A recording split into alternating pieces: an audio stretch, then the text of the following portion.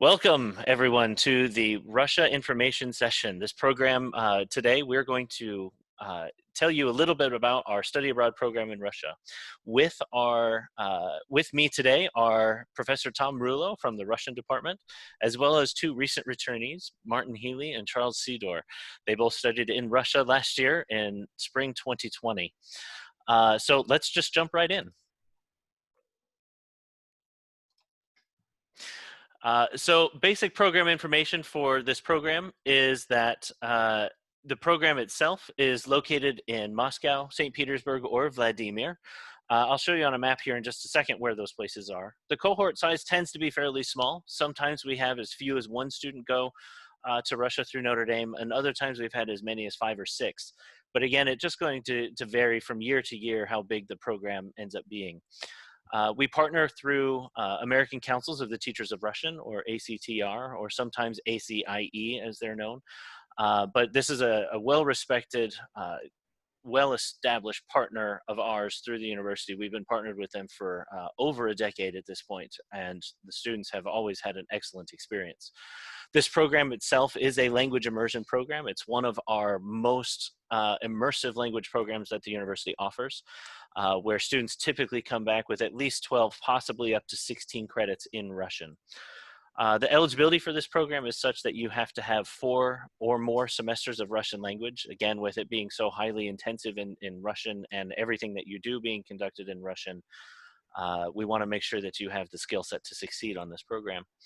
The visa requirements, you will have to apply for a visa well in advance for this program. The visa requirements can be updated from time to time, so we're not going to put those in this information session, but once you are accepted into this program, we will be informing you of those requirements as they become available.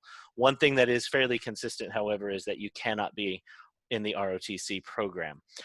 And then the fall calendar largely mirrors our own, late August to mid-December and early mid-January to mid-May. This here, Martin and Charles, or Professor Marullo, can you tell us a little bit about this picture here and what we're seeing? Boys, take it. So what we're seeing here is the Alexander Nevsky Monastery, or Lavra, and it is the home to 2 massive cemeteries where some of the most notable individuals of Russian culture and history are buried, such as Fyodor Dostoevsky and Tchaikovsky, just to name some easy ones off the top of the head. It's actually a very nice and beautiful place if you can get there on a nice sunny day. And it's just really fun to show up and look around at all these cemeteries and headstones, because they're really intricate. They're not just simple. They're usually some sort of like monument or statue relevant to the person's life. Great. Thank you, Charles. So where in Russia are these places? Hopefully most students will be able to tell you where St. Petersburg and Moscow are, but I've identified them on the map for you. Vladimir is a little bit further east of Moscow. From what I'm told, it's about as far from Moscow as, say, Chicago is from South Bend in terms of distance. But I did want to show you where in Russia you could end up studying. So let's talk a little bit about academic information. This program, as I mentioned, has a lot of language courses associated with it, as you can see from this list. The 2 courses highlighted in red are the courses that are required of all Notre Dame students who go on this program. So you'll end up coming back with 12 Notre Dame credits in Russian on just phonetics, conversation, intonation, lexical study, etc. The rest are choices, and they could be as few as 1 of these courses available for 4 ND credits, or you can take a combination of the courses that are 2 ND credits as well. But you will end up getting 16 credits towards your Notre Dame degree and towards either Russian or political science in this case. Charles, Martin, can you talk a little bit about what class was like, what the dynamics of it were, how it differed perhaps from the United States or from Notre Dame in specific, what your professors were like, if you had language tutors, what those were like, etc.? Okay, well, that's a lot of things. To remember, yeah. No, that's okay. I'll just start off with what the classes were like. Very small classes, very, very small classes compared to Notre Dame. There's no auditorium or anything like that. You are in a small room, probably about the size of this room right now that we're in. Maybe smaller, yeah. and you're just face to face with the professor teaching you, and it's very involved. It's very, if they feel like you don't understand what preposition means to go on top of and what means to go under, they will take a book and whack it down so that you know this is on top of, and then put it underneath, you know what this is under. And so in terms of teaching, the teachers are very committed to making sure that you understand a concept before they move on. And it helps because in that close environment, you are able to focus completely on what you're doing.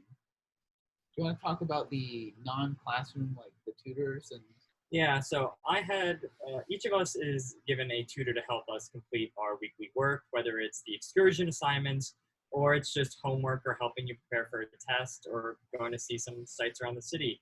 My tutor is named Luba. Her and I are still great friends. I communicate with her every other day, but time differences does make it a little difficult. But they're really there to really help you get adjusted to academic life, to culture, to the society around you. And you can utilize them as much or as little as you want. Her and I became great friends. She really helped me adjust when I was in Russia over the course of the summer. I actually had the privilege of knowing her a little beforehand. But yeah, you had a great tutor too. yeah, I had Pasha. He was a great tutor. I think one of the things is that when we were told ahead of time going, they made it seem very professional, formal relationship. Like, this will be your tutor. You will bring them your, weekly assignments to do write-ups with, and you will ask them, how do I do this? And so that was the first time I messaged my tutor. I messaged Pasha and I was like, hey, I'd like to meet up for the first time today. How does this time work? And he's like, well, how about 8 o'clock and p.m.? And I was like, that's an odd time for a meeting, but okay. And he's like, and he follows it up with, yeah, well, the bar doesn't open till right before then. So I was like, oh, I see how it is. But they want to be more than just your tutor. They want to be your friend. And I think that actually does more for you learning, because having someone that you can try out new, phrases with, try out new mechanics that you just learned in class with, having that sort of person to talk to helps you continue your learning outside of the classroom, continue what you were learning.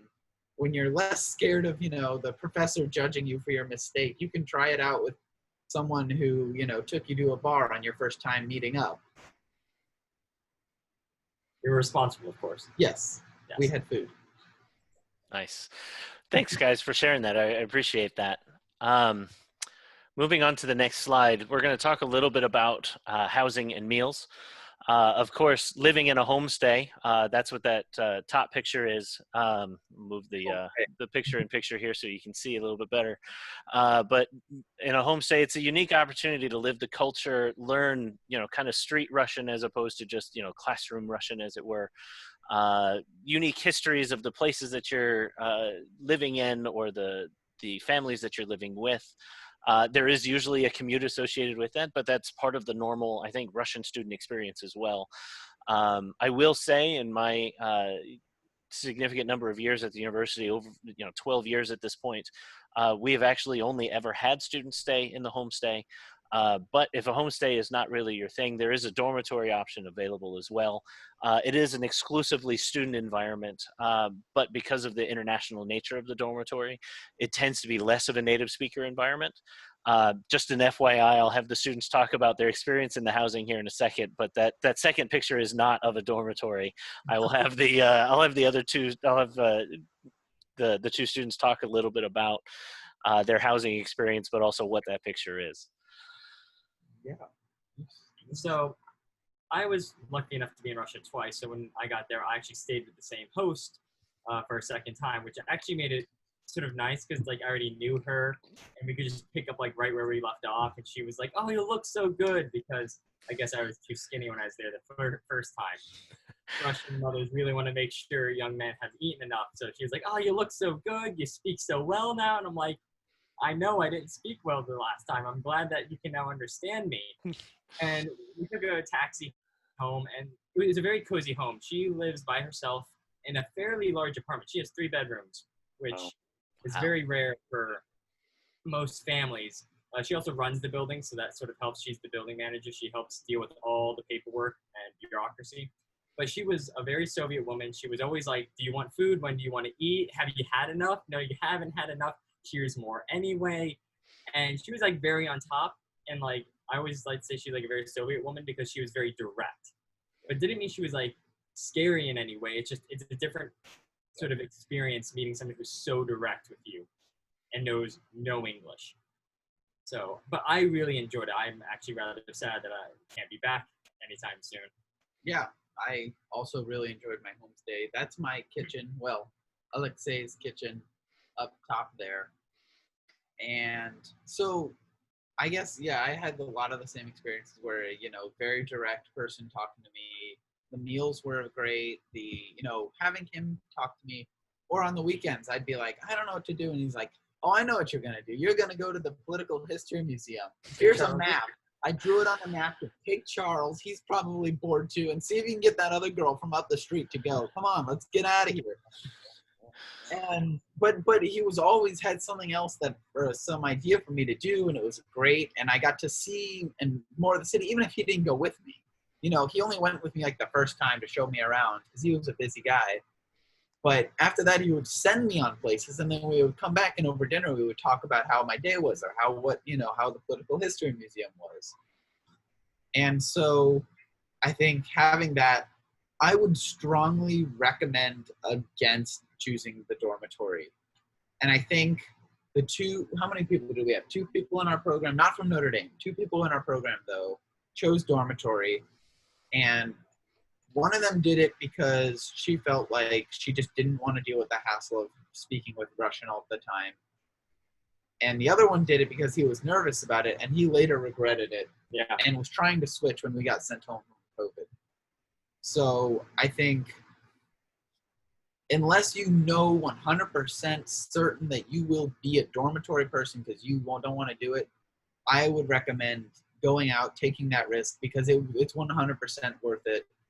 Having that kind of person to talk to, and also to navigate through daily life in Russia is crazy. So especially if there's bureaucracy involved. So having them to help with that as well was a good thing. Yeah. And just so we clarify, yes, that is not the dormitory. That is the main building.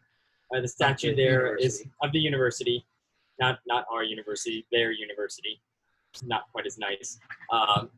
But actually it is, because inside they have pictures of all the emperors and empresses who reigned from the founding of the university until the collapse of the Russian Empire.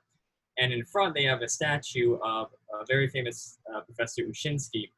And they really just embrace their history, and they really let it show out in the main building. And it's like, that building is older than most of the United States. And the fact that you still walk in and it looks the same as it did hundreds of years ago, it's kind of just an awesome feeling. Yeah. It's the Russian State Pedagogical University, named after Herzen. And Ushinsky was the founder of that discipline. So they really take that idea of teaching and perfecting their teaching to heart. And you can see that by who they choose to honor out front, I guess. So this is the program in a nutshell. Hopefully we've caught your interest. Our application deadline is November 1. That is a hard and fast deadline. So November 1 at 11:59 p.m.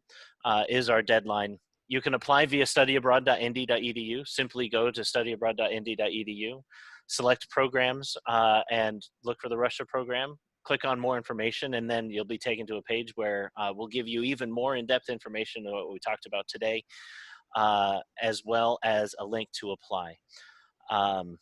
So I do want to leave you with our contact information so you can reach out to any one of us today.